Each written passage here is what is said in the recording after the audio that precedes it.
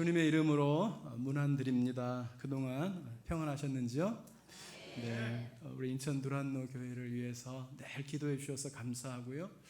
우리 인천 두란노 교회는 2008년 4월 5일 설립 예배를 드렸는데 우리 신일교회 기도와 물질의 후원을 통해서 교회를 개척해서 지금 이제 만 7년이 넘었습니다.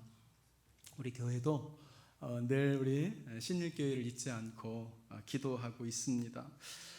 신일교회에 대한 소문이 참 좋습니다. 부흥하는 교회고 또 평안한 교회로 칭찬을 받고 있어서 저도 마음이 기쁘고 정말 감사합니다. 특별히 칭찬받는 교회로 세워가는 우리 이건희 목사님과 또 우리 모든 성도님들이 참 존경스럽습니다. 특별히 주일 예배뿐만 아니라 수요 예배잖아요. 수요 기도회 시간인데 이 기도회 시간에 참석하셔서 그 예배 드리는 우리 성도님들을 참 칭찬해 드리고 싶어요. 목회를 해보니까 수요 예배 나오는 게 쉽지가 않고 교회 여러 행사와 모임에 나오는 성도들의 모습이 너무 감사하고 너무나 귀하고 정말 존경스럽더라고요. 제가 2001년 아마 이 즈음에 우리 신일교회 부목사 청빙 설교를 했었어요. 그때가 수요 기도의 시간이었습니다. 그때도요 이렇게 많이 오셨어요. 제 기억에 그때 아마 계셨던 분들이 제 눈에 들어오는데요. 변함없이 그때로부터 지금까지 이렇게 한결같이 자리를 지켜주시는 모습들이 너무나 귀하고 또 앞으로도 계속해서 신일교회 기둥 같은 일꾼으로 그렇게 예배 자리를 지키고 목사님의 목회를 함께 동역하는 우리 성도님들이 되시기를 축복합니다. 저는 이 시간에 우리가 함께 읽은 본문인 마가복음 2장 1절로 12절 말씀을 중심으로 죄를 사하는 권능자 예수라는 제목으로 말씀을 강론하도록 하겠습니다. 우리 함께 마가복음 2장 1절로 2절 여기 PPT가 있을 거예요. 같이 읽겠습니다. 시작. 수일 후에 예수께서 다시 가버나움에 들어가시니 집에 계시다는 소문이 들린지라 많은 사람이 모여서 문 앞까지도 들어설 자리가 없게 되었는데 예수께서 그들에게 도를 말씀하시더니 수일 후에 예수님께서 가버나움에 들어가신다라고 성경이 기록하고 있어요. 이 가버나움이 어떤 곳인가 하면 이 가버나움은 예수님의 갈릴리 사역의 중심 지역입니다. 이 갈릴리에서부터 약 서북쪽으로 4km 떨어져 있는 마을이 고라신입니다. 그러니까 지중해 방향으로 약 4km 정도 떨어져 있는 곳이 고라신이고요. 벳세다는 갈릴리 호수 동북쪽에 위치한 마을로 베드로와 안드레와 빌립의 고향입니다. 그리고 이 가버나움은 벳세다의 인접 마을이에요. 훗날에 예수님께서 이 고라신, 벳세다, 가버나움에 대해서 크게 책망하십니다. 그 이유는 예수님께서 이 지역에 가장 많은 권능을 행하셨음에도 불구하고 회개하지 않았기 때문입니다. 마태복음 11장 20절로 24절 말씀입니다. 예수께서 권능을 가장 많이 행하신 고을들이 회개하지 아니하므로 그때에 책망하시되 화 있을진저 고라시나 화 있을진저 벳세다야 너에게 행한 모든 권능을 두로와 시돈에서 행하였더라면 그들이 벌써 베옷을 입고 제에 앉아 회개하였으리라. 내가 너에게 이르노니 심판날에 두로와 시돈이 너희보다 견디기 쉬우리라. 가버나움아 내가 하늘에까지 높아지겠느냐 음부에게까지 낮아지리라. 네게 행한 모든 권능을 소돔에서 행하였더라면 그 성이 오늘까지 있었으리라. 내가 너에게 이르노니 심판날에 소돔 땅이 너희보다 견디기 쉬우리라 하시니라. 네, 오늘 본문에 또 보면 이 가버나움 지방에서 예수님께서 큰 권능을 행하고 계십니다. 그러니까 지금 이 갈릴리 사역에 예수님의 사역의 대부분은 갈릴리에서였고요. 특별히 이 가버나움에서 많은 권능을 행하셨는데 오늘 본문도 역시 가버나움에서 예수님께서 큰 권능을 행하고 계십니다.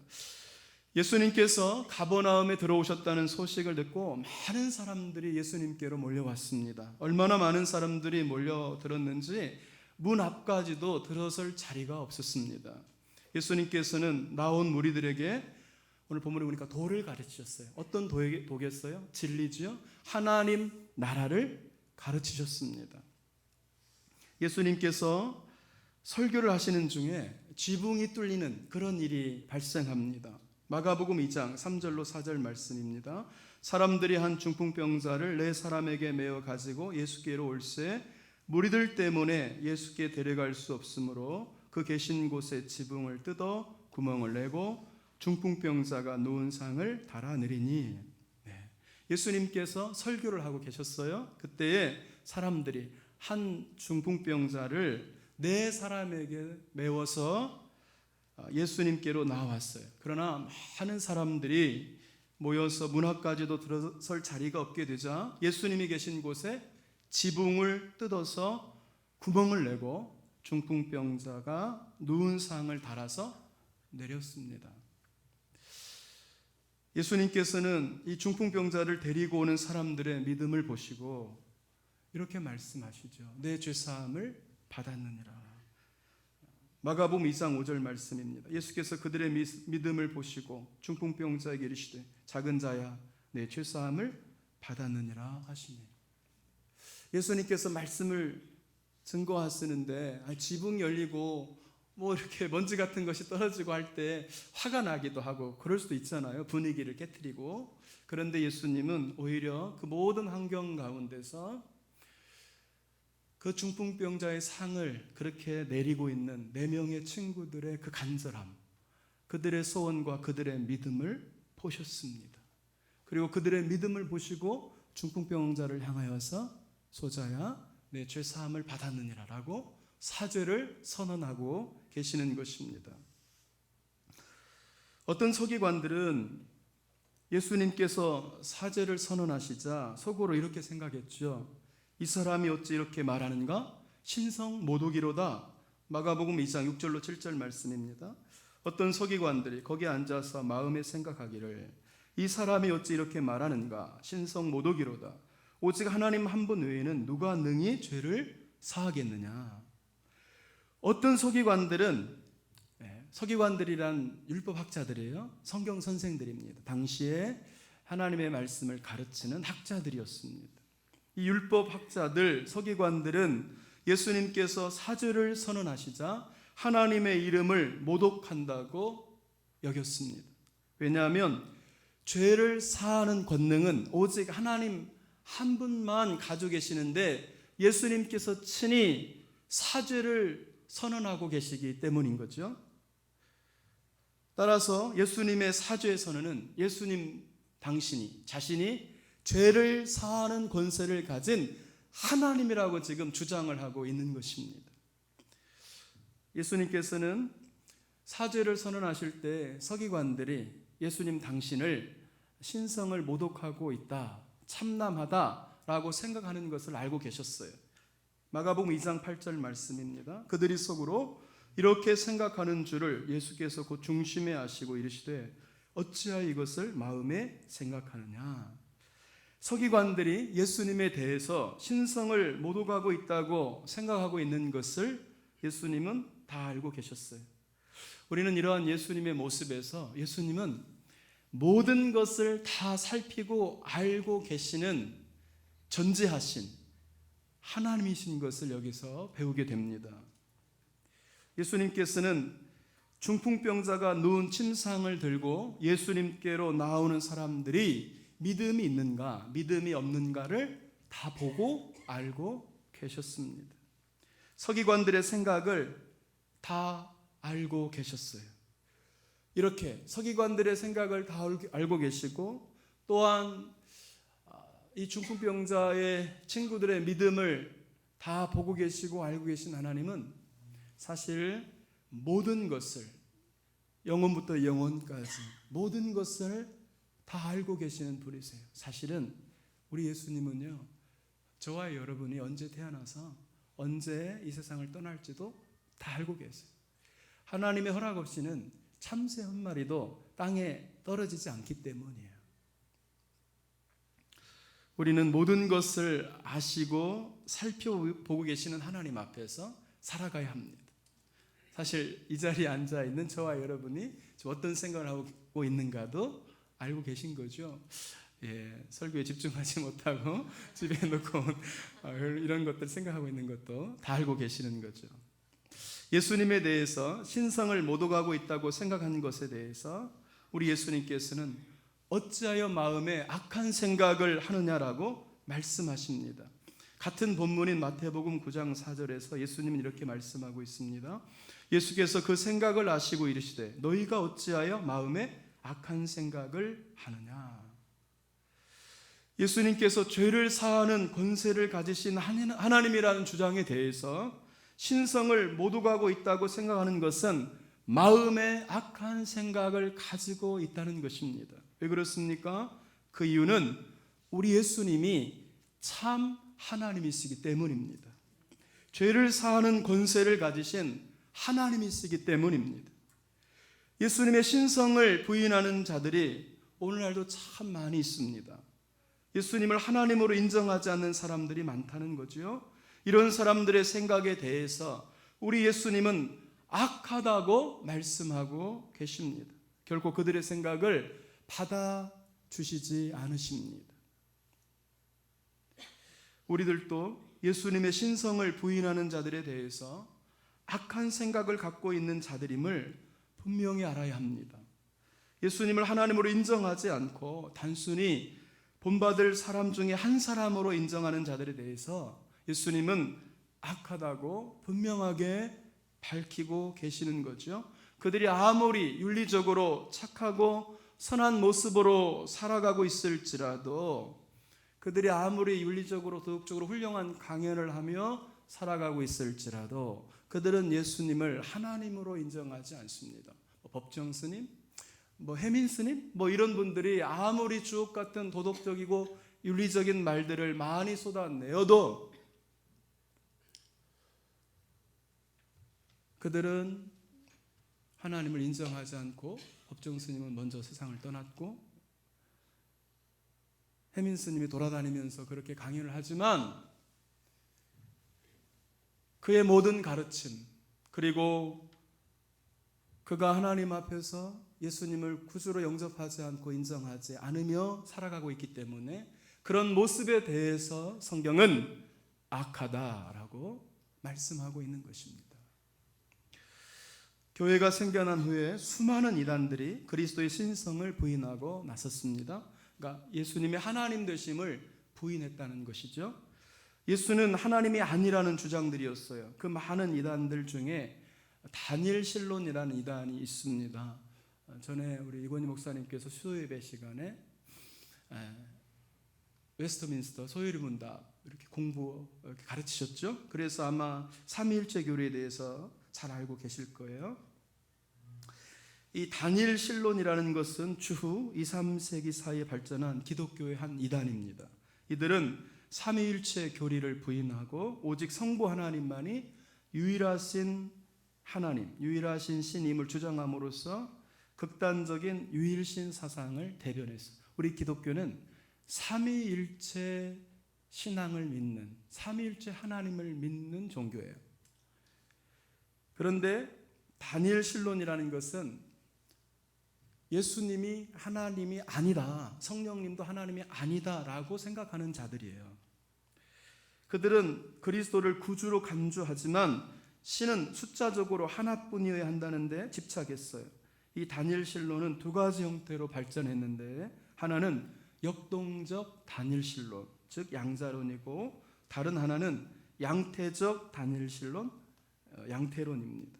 그러니까 삼위일체를 부인하는 이단인 이 역동적 다니엘 실론, 즉 양자론은 그리스도가 기적적으로 잉태된 단순한 인간이었는데, 다만 그가 하나님의 지혜와 능력을 무한하게 받았기 때문에 하나님의 아들로 임명되었다는 주장입니다.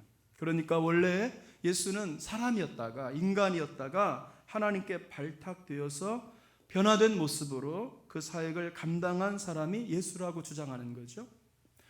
우리 기독교는 예수님은 본래 태초부터 계신 하나님이시고 사람의 몸을 입고 이 땅에 오신 성자 하나님이라고 믿는데, 이 양자로는 예수를 단순히 사람으로 그렇게 여겼던 거죠.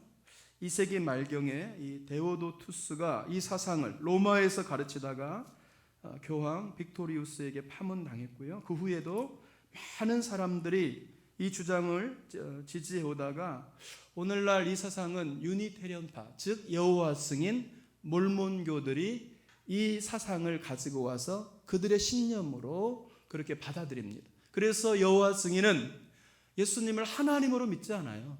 예수님을 구주로 그리스도로 인정하지만, 여러분들이 여호와 증인을 만나봐서 이렇게 토론을 해봤는지 모르겠어요. 저는 토론을 해봤어요. 그런데 그들은 예수님을 구주다 그리스도다 라고 말을 하지만 예수님이 하나님이라고는 인정하지 않습니다. 거기에 문제가 있는 거예요. 바로 양자론, 이런 이단 사상에 빠져 있는 거죠.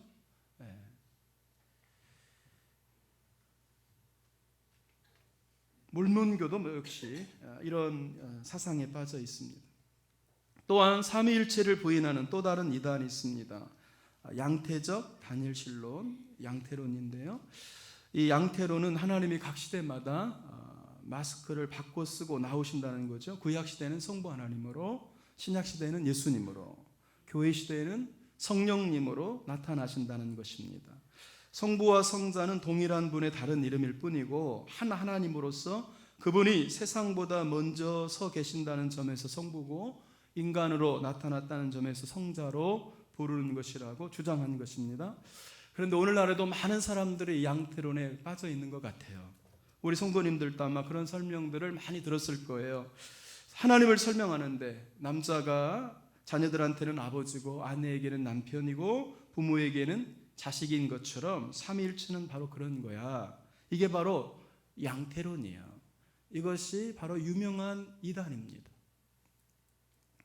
오늘날 자유주의 신학자들도 예수 그리스도의 신성을 부인하고 그저 위대한 박애주의자의 한 사람으로, 본받을 만한 성인으로만 인정을 하고 있습니다. 1924년에 미국의 북장로 교단이 PCUSA입니다. 미국 장로교 가운데 가장 큰 교단입니다. 이 미국 북장로 교단인 PCUSA가 채택한 5번 고백서가 있는데, 이 5번 고백서가 어떤 고백서인가? 이런 고백서예요. 첫 번째, 성경은 무오하지 않다, 오류가 있다. 두 번째, 예수 그리스도의 동정녀 탄생은 말도 안 되는 헛소리다. 세 번째, 예수가 그의 백성들의 죄를 대속하여 죽었다는 것은 말이 안 된다. 네 번째, 예수의 육체적인 부활은 있을 수 없는 일이다. 다섯 번째, 기적의 역사성도 절대적인 신앙의 대상이 아니며 하나의 설에 지나지 않는다. 이렇게 주장하면서 무려 1924년에 1293명의 미국 장로교회 목사들이 모여서 이런 고백을 하고, 그리고 목회 현장에 들어간 거예요. 그러니까 오늘날 미국 북장로 교회의 현실이 이러한 것입니다. 너무나 많이 자유주의화되었죠. 지금은 더 심각합니다. 사실은 많은 목사들이 이러한 5번 고백서에 사인을 하고 목회 현장에서 목회를 했고, 지금도 목회를 하고 있는 거예요. 그러니까 자유주의가 판치고 있는 거죠. 요한일서 2장 22절로 23절 말씀입니다. 거짓말하는 자가 누구냐? 예수께서 그리스도이심을 부인하는 자가 아니냐? 아버지와 아들을 부인하는 그가 적그리스도니, 아들을 부인하는 자에게는 또한 아버지가 없으되 아들을 시인하는 자에게는 아버지도 있느니라. 예수님이 하나님이 아니라고 주장하는 자들은 전부 적그리스도라고 성경은 말씀하고 있습니다. 성경은 이렇게 예수님이 하나님 되심을 부인하는 자들, 예수께서 우리의 죄를 대속하기 위해서 육신을 입고 오셨다는 것을 부인하는 자들을 가리켜 적그리스도라고 단호하게 밝히고 있습니다. 기독교는 예수 그리스도를 믿고 하나님의 말씀을 믿는 것이죠. 하나님이신 예수 그리스도를 믿고 하나님의 말씀을 믿는 자들을 그리스도인이라고 하는 것입니다. 그런데 어리석은 사람들이 예수님을 하나님의 아들이 아닌 그저 본받을 만한 훌륭한 위인이라고 한 슈바이처를 기독교의 목표로 착각하고 있는 것입니다. 슈바이처가 박사학위 5개를 가지고서도 아프리카에서 그가 그의 삶을 가난한 자들 위해서 그렇게 평생을 바쳤습니다. 그러나 그가 그렇게 삶을 살았을지라도 그는 신신학자의 아버지, 무슨 말인가 하면 예수를 하나님의 아들로, 그리스도로, 구주로 믿는 자가 아니에요. 그저 본받을 만한 위대한 이인 중에 한 사람이다 라고 그렇게 가르치는 사람이었습니다. 그가 아무리 아프리카에서 자신의 삶을 내어주었을지라도 예수님의 하나님 되심을 부인했다면 그는 분명 성경이 말하는 적그리스도입니다. 슈바이처는 예수님을 본받을 만한 위대한 위인으로 여겼어요. 하나님의 아들 구세주 주님으로 믿지 않았습니다. 따라서 슈바이처는 구원이 무엇인지 모르고 간 사람이 분명한 것입니다. 예수님을 하나님의 아들로 인정하지 않는 자를 가리켜 성경은 분명히 적그리스도라고 선언하고 있기 때문인 거예요. 예수님이 하나님이 아니시면 십자가가 구원일 수가 없는 거죠.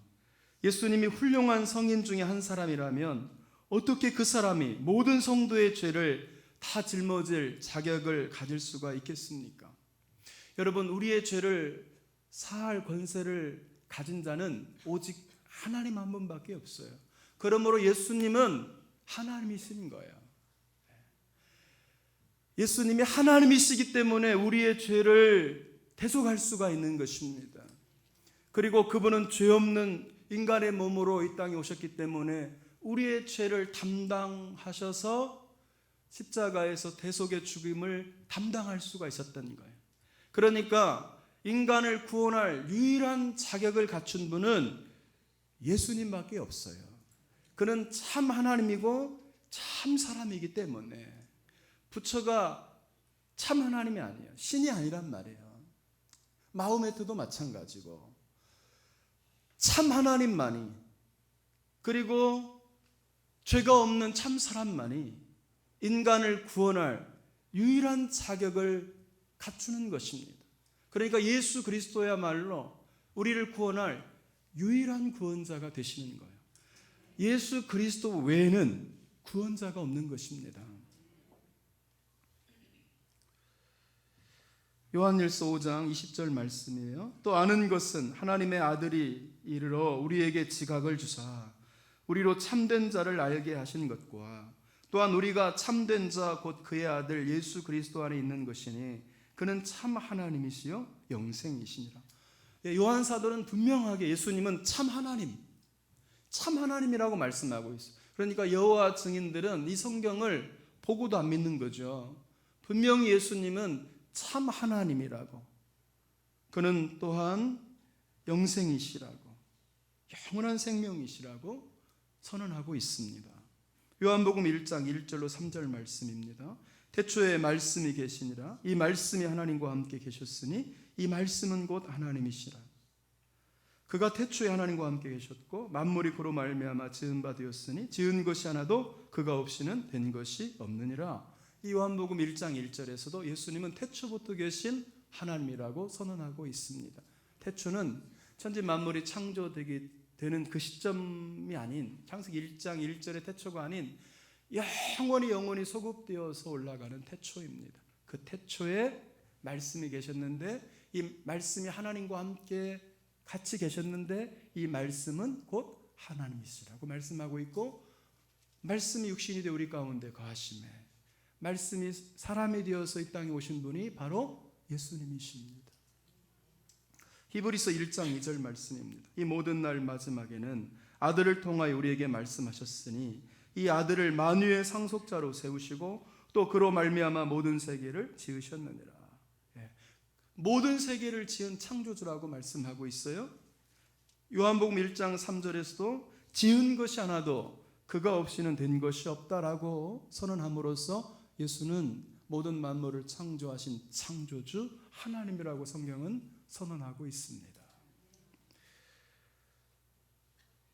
성경은 이렇게 예수님을 참 하나님으로, 천지 만물을 창조하신 창조주 하나님으로 말씀하고 있는데, 어떻게 예수님이 하나님이 아니라고 말할 수가 있습니까? 따라서 예수님을 하나님이 아니라고 주장하는 몰몬교, 여호와 증인, 또 신신학자들, 자유주의자들 모두 다 이단입니다. 이단이에요. 그런 가르침을 따라가면 구원을 못 받습니다. 아무리 교회를 다녀도 어떻게 그런 가르침을 따라가는데 구원을 받습니까? 삼위일체 신앙이 아니면 구원받을 길이 없어요. 예수님을 믿는 신앙이 아니면 구원의 길이 없는 것입니다. 예수님께서는 당신이 죄를 사하는 권세를 가진 하나님 되심을 증명하기 시작합니다. 우리 다 함께 마가복음 2장 9절 말씀 함께 읽어요. 시작. 중풍병자에게 내 죄사함을 받았느니라 하는 말과 일어나 내 상을 가지고 걸어가라 하는 말 중에 어느 것이 쉽겠느냐? 우리 사랑하는 성도님들에게 질문 하나 드리겠어요? 내 죄사함을 받았느니라 하는 말과 일어나 내 상을 들고 걸어가라, 가지고 걸어가라 라는 말 중에 어떤 말이 쉬울 것 같습니까? 네, 그렇습니다. 둘 다 어렵습니다.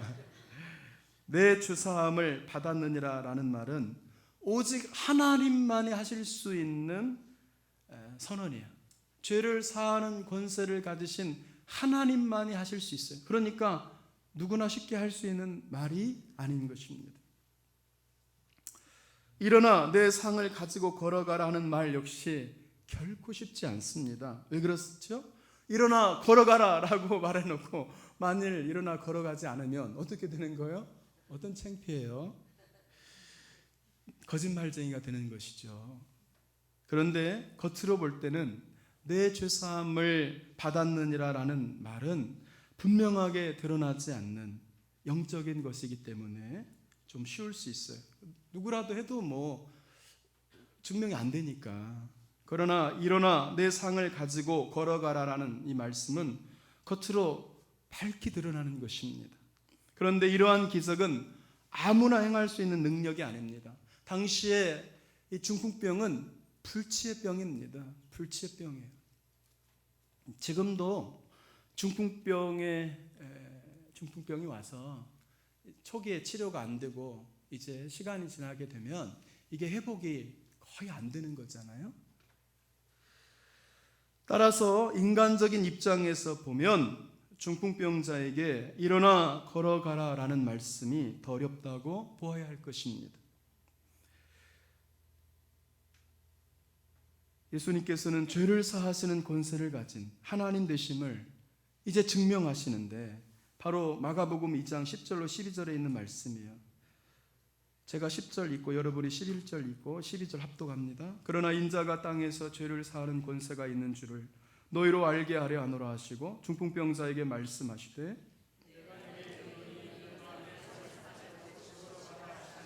다 같이요. 그가 일어나 곧 상을 가지고 모든 사람 앞에서 나가거늘 그들이 다 놀라 하나님께 영광을 돌리며 이르되 우리가 이런 일을 도무지 보지 못하였다 하더라. 당시에 중풍병은 불치의 질병이었어요. 사람의 힘으로 불가능한 질병이었어요. 치료가 불가능한. 그런데 우리 예수님께서 이런 자를 향하여서 일어나 걸어가라, 내 상을 들고 일어나 걸어가라 라고 말씀하시고, 그리고 그 말씀이 떨어지자 이 중풍병자는 정말 일어나서 자기의 상을 들고 침상을 들고 일어나 걷게 되었어요. 이것은 무엇을 보여주는가 하면 예수님께서 중풍병자를 향하여서 소자야 내 죄사함을 받았느니라 라고 사죄를 선언하실 때 이 사죄의 선언은 오직 하나님만이 하실 수 있는 선언인데, 예수님께서 이 중풍병자에게 사죄를 선언하시고 나서 그의 불치의 질병을 치료해 주심으로써 예수님, 그분 당신이 바로 죄를 사하는 권세를 가진 하나님이라고 밝히 증거하고 있는 것입니다. 사실 예수님께서 스스로 하나님 되심을 이렇게 직접적으로 드러내시는 곳이 별로 없어요. 그런데 예수님께서는 친히 사죄를 선언하시고 하나님만이 행하실 수 있는 죄를 사하는 권세를 친히 선언하시고 예수님 당신이 바로 사죄의 권세자 되시는 하나님 되심을 지금 중풍병자를 치료해 주심으로써 증명하고 계시는 거예요. 내가 바로 사죄의 권세자이다, 하나님이다 라고 선언하고 계시는 것입니다. 말씀을 맺겠습니다. 사랑하는 성도 여러분, 우리는 본문 말씀을 통해서 예수님께서 어떤 분이신지를 분명하게 깨닫고 알아야 합니다. 그리고 예수님이 누구인지를 분명하게 고백해야 합니다. 오늘 본문을 통해서 우리에게 성령님께서 가르쳐 주시는 예수님은 어떤 분이십니까? 사죄를 선언하시는 하나님이십니다. 인간의 죄를 사하시는 권능자 되시는 분이십니다. 인류의 죄 문제를 해결하러 오신 그리스도, 메시아, 구세주가 되시는 분이라는 것입니다. 예수님께서는 당시 인간의 의술로는 도저히 치료할 수 없었던 불치의 질병인 중풍병자를 온전히 치료해 주심으로써 친히 사죄의 권세를 가지신 하나님 되심을 분명히 밝히 보여주고 계십니다. 우리는 이 사실을 믿어야 합니다. 우리 예수님은 사람의 마음의 생각을 다 살피시고 계십니다. 저와 여러분이 이 사실을 지금 믿음으로 받아들이고 있는지 아니면 거짓말이야 라고 생각하고 있는지 지금 다 살펴보고 계십니다. 알고 계세요. 서기관들처럼 우리가 악한 생각을 해서는 안 됩니다. 전능하신 하나님을 부인하는 생각을 하는 것은 그것이 바로 가장 악한 생각입니다. 그 악한 생각이 예수님으로부터 정죄를 당하는 것입니다. 그리고 마침내 멸망을 당하는 것입니다. 죄의 문제를 해결받지 못한 채 죄에 대한 정죄를 당하면서 죽음에 대한 공포를 느끼면서 마음의 두려움 속에서 절망하며 살아가게 되는 것입니다. 요한복음 6장 28절로 29절 말씀입니다. 그들이 묻되 우리가 어떻게 하여야 하나님의 일을 하오리까?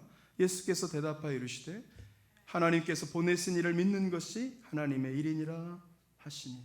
무리들이 예수님께 질문하죠. 예수님 우리가 어떻게 하는 것이 하나님의 일입니까? 우리가 이렇게 봉사 많이 하고 헌금 많이 하고 그런 것이 하나님의 일입니까? 하나님의 일이 도대체 뭐죠? 라고 예수님께 질문을 했어요. 그때 예수님께서 뭐라고 대답하세요? 하나님께서 보내신 이를 믿는 것. 하나님이 보내신 자가 누굽니까? 예수님 당신이에요. 그 그리스도를 믿는 것이 하나님의 일을 하고 있다라고 말씀하고 있어요. 요한복음 6장 40절 말씀입니다. 내 아버지의 뜻은 아들을 보고 믿는 자마다 영생을 얻는 이것이니 마지막 날에 내가 이를 다시 살리리라 하시니라. 하나님 아버지의 뜻이 무엇일까요? 하나님 아버지의 뜻이 나옵니다. 아들을 보고 믿는 자마다, 하나님이 보내신 독생자 예수 그리스도를 보고 믿는 자마다 영생을 얻게 하는 것이 하나님 아버지의 뜻입니다. 하나님 아버지께서 원하시는 것은 다른 게 아니에요.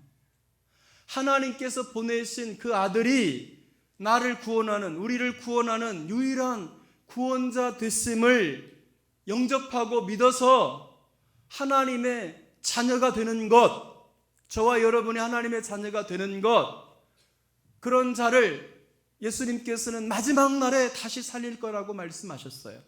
이것이 바로 하나님의 뜻이라고 말씀하고 있습니다. 그러니까 하나님의 일을 하는 것, 하나님의 뜻을 행하는 것은 다른 것이 아닙니다. 하나님께서 인류의 유일한 구원자로 보내주신 그 예수 그리스도를 유일한 구원자로 알고 믿고 받아들이고 영접하는 것입니다. 오직 그분만이 나의 생명이라고 받아들이는 것입니다. 정말 내가 예수님이 아니면 나는 큰일 날 뻔했구나. 나는 죄인 중에 괴수고 나는 이 죄 때문에 영원한 형벌을 받아 마땅한 자였는데 이런 나를 위해서 하나님께서 독생자를 보내시고 그가 나의 죄를 대신하여 십자가의 대속의 죽임을 담당하심으로 말미암아 예수 그리스도께서 행하신 그 행함이 나의 행함이 되게 하시고 하나님 앞에서 순종하신 그 순종이 나의 순종이 되어서 예수님께서 하나님 앞에서 의를 얻으셔서 그것을 우리의 것으로 그렇게 전가시켜 주시고 우리가 그리스도의 의를 힘입어서 하나님 앞에서 죄가 없다라고 인정받고 선언받고 그렇게 하나님의 자녀가 될 수 있었던 이 모든 것이 나의 착함이나 나의 선행이나 나의 열심이나 나의 노력이 아니고 나는 정말 죄인이고 그 죄로 말미암아 영원히 심판받아 마땅한 자인데 지금도 여전히 이번 주도 여전히 그렇게 나의 삶은 온전하지 못했지만 그럼에도 불구하고 내가 구원받는 것이 나의 착한 행위가 아니라 행위로서는 의롭다함을 받을 육체가 없다고 성경은 선언했잖아요. 어느 누구도 하나님 앞에 율법으로는 의롭다함을 받을 사람이 없다라고 선언했잖아요. 그것은 무엇인가 하면 인간의 행위로 하나님 앞에서 의롭게 되어서 구원받을 자가 한 사람도 없다는 거예요. 그러니까 오직 우리가 하나님 앞에 의롭게 되고 구원을 받을 수 있는 유일한 길은 그리스도가 성취하신 십자가입니다. 그리스도가 이루신 의예요. 그 의만이 하나님 앞에 우리의 의가 되고 그 의만이 우리의 생명이 되고 우리의 구원이 되는 거예요. 그러니까 그 예수 그리스도가 없이는 우리가 하나님 앞에 나아갈 수도 없고 은혜의 보좌 앞에 나갈 수도 없고 아빠 아버지라고 부를 수도 없고 그 풍성한 하늘의 영광을 얻고 누릴 수도 없어요. 여러분, 세상에서 우리보다 착한 사람 많습니다. 혜민 스님 보세요. 얼마나 천사처럼 착하게 보입니까? 예, 화도 잘 참고 뭐 혼자 살고 경건하게 살고 뭐 욕심부리며 삽니까? 뭐 정욕대로 삽니까? 그분들이? 인간적으로 보면 윤리도덕적으로 삶을 보면 저와 여러분과 큰 차이가 없는 것이 아니라 우리보다 더 욕심 없이 사는 것 같아요.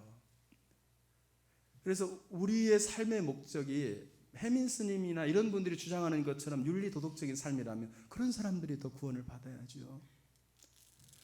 여러분, 일하다 보면 화가 나기도 하고 부부싸움 할 수도 있는 거고 교회를 하다 보면 언쟁이 있을 수도 있어요.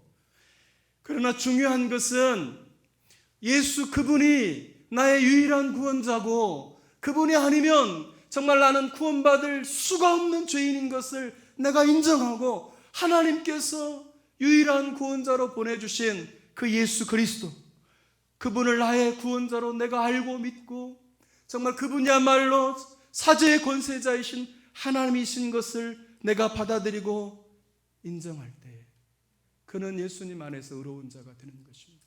여러분, 그러한 자가 자랑할 수 있겠어요? 예수님의 의만 자랑하지요. 예수님의 십자가만 자랑하지요. 그러니까 바울처럼 내가 그리스도와 십자가 외에는 알지 않기로 작정했다 그랬고 내게는 예수 그리스도의 십자가 외에는 자랑할 것이 없다라고 고백한 것입니다. 이런 하나님의 사랑을 알게 되면 우리가 지난 추수감사절을 보냈는데 어떻게 하나님 앞에 감사하지 않을 수 있으며 어떻게 우리가 하나님 앞에 찬송하지 않을 수 있으며 어떻게 우리가 하나님 앞에 즐거이 헌신하지 않을 수가 있어요. 예수님께서 주신 그 구원을 생각할 때, 의로움을 생각할 때, 하나님께서 예수 그리스도를 통해서 우리에게 나타내 주신 사랑을 생각할 때에 하나님 앞에 원수였고 우리가 겉으로는 그 진노 아래서 심판받아 마땅한 자임에도 불구하고 독생자까지도 아낌없이 내어주신 하나님의 사랑을 생각할 때에 그리고 그 하나님의 뜻 앞에서 온전히 순종하신 예수 그리스도의 희생의 십자가를 생각할 때에 우리가 어떻게 하나님의 이 은혜의 구원을 감사하지 않을 수 있으며 찬송하지 않을 수 있으며 우리가 아무리 헌신하고 헌신해도 부족할 것밖에 없습니다. 그리고 더 주님을 사랑하고 싶고 더 주 앞에 헌신하고 싶은 거죠.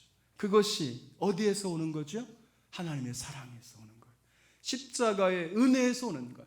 그 구원의 은혜를 깨달을 때, 이 구원의 완전함, 이 온전함을 깨달을 때 하나님이 완벽한 구원을 우리에게 허락해 주셨잖아요. 로마서 9장에 보면 같은 어머니 아빠 태중에서 있는 에서와 야곱을 향하여서 그들이 어떤 선 어떤 악을 행하기도 전에 택하심을 따르되는 하나님의 구원, 하나님의 구원이 오직 부르시는 하나님께로 말미암아 서게 하려 하사 내가 야곱은 사랑하고 에서는 미워하였다. 무슨 말입니까? 구원이라는 것이 인간의 행위에 있는 것이 아니고 하나님의 선택 가운데, 오늘 홍 집사님 기도할 때 창세전 선택 가운데 이루어지는 거예요. 어떤 선 어떤 악을 행하기도 전에 하나님의 선택으로 되어집니다. 하나님의 부르심으로 되어지는 거죠. 부르신 자들을 의롭다 하시고 의롭다 하신 자들을 영화롭게 하셨다. 이게 부정 과거형이에요. 이것이 완료입니다. 무슨 말인가 하면 우리가 생각할 때는 이것이 과거지만, 과거에 될 일이지만 하나님의 시간표에서는 이것이 완성이에요. 완성. 하나님의 선택은 완성이에요. 하나님이 선택한 자가 탈락되는 법이 없습니다. 그러면 얼마나 불안해요. 저와 여러분이 오늘 교회 안 나오면 구원에서 탈락될까 봐 얼마나 불안해요. 하나님은 그렇게 무능하신 분이 아니세요. 하나님은 전능하신 분이세요. 내가 너희에게 영생을 주노니 영원히 멸망하지 아니할 것이요 너희를 내 손에서 빼앗을 자가 없으리라. 너희를 주신 내 아버지는 만유보다 크심에 아무도 아버지 손에서 빼앗을 자가 없느니라. 예수님의 선언입니다. 예수님은 우리에게 영생을 주시는 분인데 그 영생은 사라지거나 없어지거나 빼앗겨지는 것이 아니에요. 그리고 그 영생을 빼앗아갈 자가 없어요. 아니 하나님이 만유보다 크신데 그 만유보다 크신 하나님 앞에 대적하면 저는 멸망이죠. 아무리 악한 원수 마귀가 와서 빼앗아가려고 하더라도 하나님을 대적하는 순간 저는 심판이요 멸망입니다. 이 완전한 구원이 바로 하나님에게서 온 거예요. 완벽한 구원. 거기에 무슨 인간의 노력이 있습니까? 삼위일체 하나님의 구속의 사랑으로 성부 하나님의 선택과 성자 하나님의 십자가에서의 구속의 완성과 성령 하나님이 우리 안에 오셔서 믿음을 선물로 주셔서 예수 그리스도를 주라 시인하고 믿게 하시고 우리를 그렇게 성화와 영화로 인도하셔서 그렇게 이끌어 가시는 삼위일체 하나님의 사랑으로 우리가 구원에 이르는 것입니다. 그러니 그 은혜를 알고 그 사랑을 인정하는 것, 그것이 바로 하나님이 보내신 독생자를 믿는 것입니다. 그렇게 믿는 것이 하나님의 일을 하는 것이고 그렇게 믿는 것이 하나님의 뜻을 행하고 있는 거예요. 그런 삶이 어떤 삶이겠어요? 하나님의 은혜에 대한 감격, 하나님의 은혜에 대한 사랑, 하나님의 은혜에 대한 찬송으로 비롯되어지는 감격의 신앙입니다. 저와 여러분이 이러한 믿음 생활 하실 수 있기를 주님의 이름으로 축복합니다. 기도하겠습니다. 오늘 말씀을 생각하면서 한번 기도했으면 좋겠습니다. 사랑하는 성도 여러분, 우리가 이렇게 하나님의 사랑하심을 받고 우리 주님을 구주로 영접하고 하나님 아빠 아버지라 부를 수 있음이 얼마나 큰 은혜인지 감사인지 모릅니다. 그 은혜, 그 사랑, 그 은혜가 우리를 찬송하게 하고 감사하게 하고 헌신하게 합니다. 정말 이 은혜를 알아, 이 사랑을 알아. 하나님 그 사랑 앞에 반응하는 그러한 믿음 생활하게 도와주세요. 함께 합심해서 기도하겠습니다. 사랑하는 하나님 아버지,